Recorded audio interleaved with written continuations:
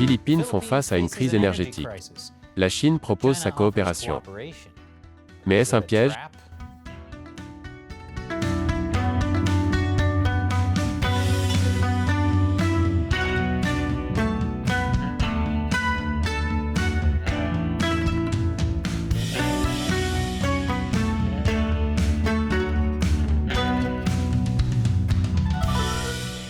Bienvenue à Chine non censurée.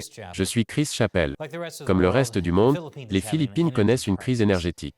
Elles dépendent des importations de charbon et de pétrole, et avec la montée en flèche des prix de l'énergie, les Philippines doivent trouver des solutions. Heureusement, les Philippines peuvent produire une partie de leur propre énergie grâce au champ de gaz naturel de Malampaya.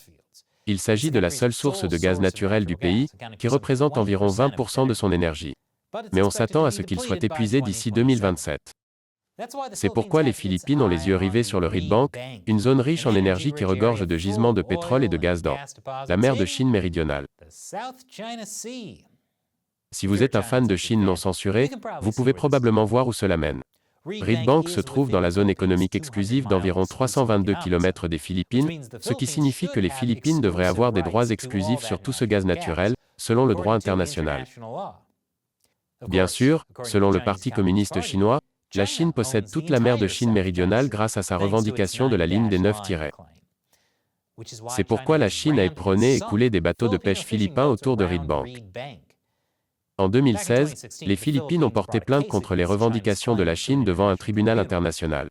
Et le tribunal a notoirement rejeté la revendication de la ligne des 9 tirets de la Chine sur l'ensemble de la mer de Chine méridionale. Alors naturellement, Pékin a fait volte-face et a rejeté la décision du tribunal.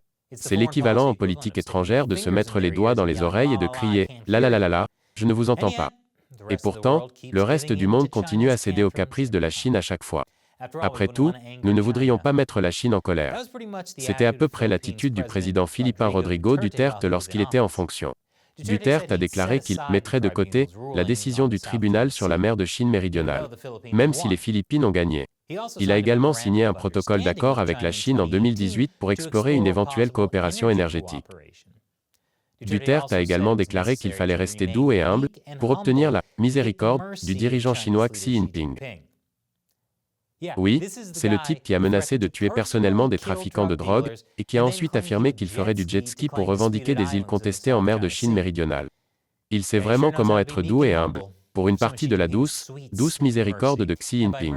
Et par miséricorde, il entend la promesse de 24 milliards de dollars d'investissement aux Philippines. En 2020, Duterte a également levé une interdiction antérieure de l'exploration pétrolière dans la région de Reed Bank. Bien que les Philippines aient affirmé que cette mesure n'avait pas été prise en concertation avec la Chine, le régime chinois semblait plutôt satisfait de cette décision. C'était un signe assez fort que l'accord énergétique entre la Chine et les Philippines allait se poursuivre. Même si la Chine n'a pas tenu ses promesses d'investissement. Mais quoi qu'il en soit, il semblait que l'accord énergétique se poursuivait.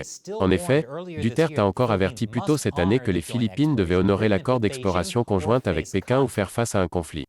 Puis, juste avant que le nouveau président philippin Ferdinand Marcos Jr. ne prenne ses fonctions, Duterte a soudainement mis fin aux discussions sur l'exploration énergétique conjointe avec la Chine. Un revers de dernière minute. Sympa. J'expliquerai comment la Chine a réagi après la pause. Bienvenue à nouveau. Pendant des années, les Philippines ont essayé d'apaiser la Chine, espérant que les deux pays pourraient coopérer en matière d'exploration énergétique en mer de Chine méridionale, jusqu'à ce que Duterte abandonne soudainement l'accord. Selon le secrétaire d'État aux Affaires étrangères sortant, c'est parce que les Philippines n'étaient finalement pas disposées à renoncer à la souveraineté sur leurs revendications territoriales. Le Parti communiste chinois ne s'est pas inquiété. Parce que maintenant il y a un nouveau président en ville, Ferdinand Bongbong Marcos Jr. Comment Marcos va-t-il aborder la Chine? D'une part, le père dictateur de Marcos était proche de la Chine. Et pendant sa campagne, Marcos a déclaré que s'il était élu, il suivrait Duterte en mettant de côté la décision arbitrale de 2016 et négocierait directement avec ses amis de Chine.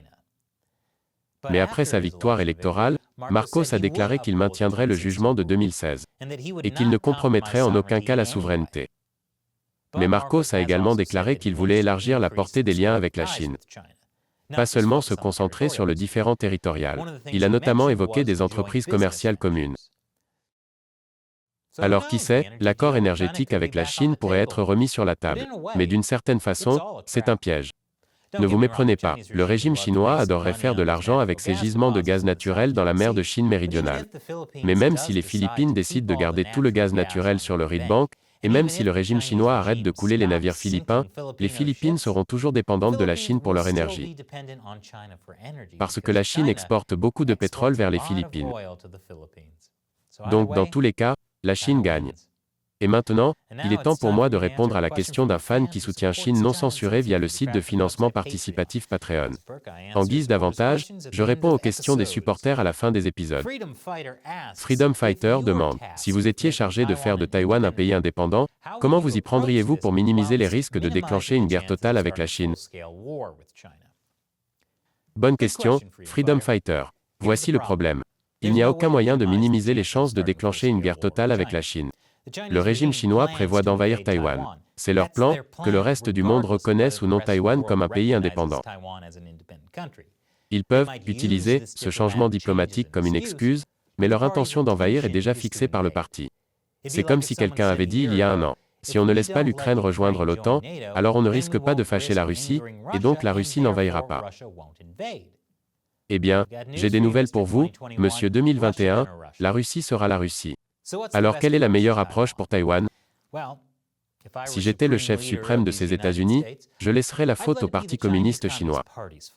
Je préviendrai le parti que la prochaine fois qu'il intensifiera son harcèlement de Taïwan, il y aura de graves conséquences. Et il pourrait franchir cette ligne juste pour tester les États-Unis, parce que la Chine sera toujours la Chine.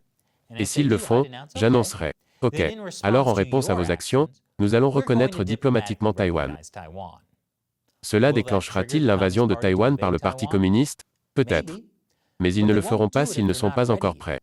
Bien que cela signifie également que les États-Unis doivent se préparer aussi. Il y a des choses que les États-Unis devraient faire dès maintenant, avant de reconnaître Taïwan comme un pays. Par exemple, faire des exercices militaires conjoints avec Taïwan, signer des accords commerciaux avec Taïwan, montrer clairement que les États-Unis soutiennent pleinement Taïwan. De plus, les États-Unis doivent s'assurer que le gouvernement taïwanais est prêt pour tout changement de la politique américaine. Après tout, c'est Taïwan qui est menacé. Merci pour votre question, Freedom Fighter. Et merci à tous ceux qui regardent Chine non censurée. Parce que notre financement ne provient pas de sociétés géantes ou de gouvernements. La plupart des fonds proviennent directement de spectateurs comme vous, qui versent $1 ou plus par épisode sur Patreon. Faites comme Freedom Fighter, allez sur patreon.com/China Uncensored et découvrez comment vous pouvez nous aider à continuer à réaliser cette émission. Encore une fois, je suis Chris Chappell. Merci d'avoir regardé Chine non censurée.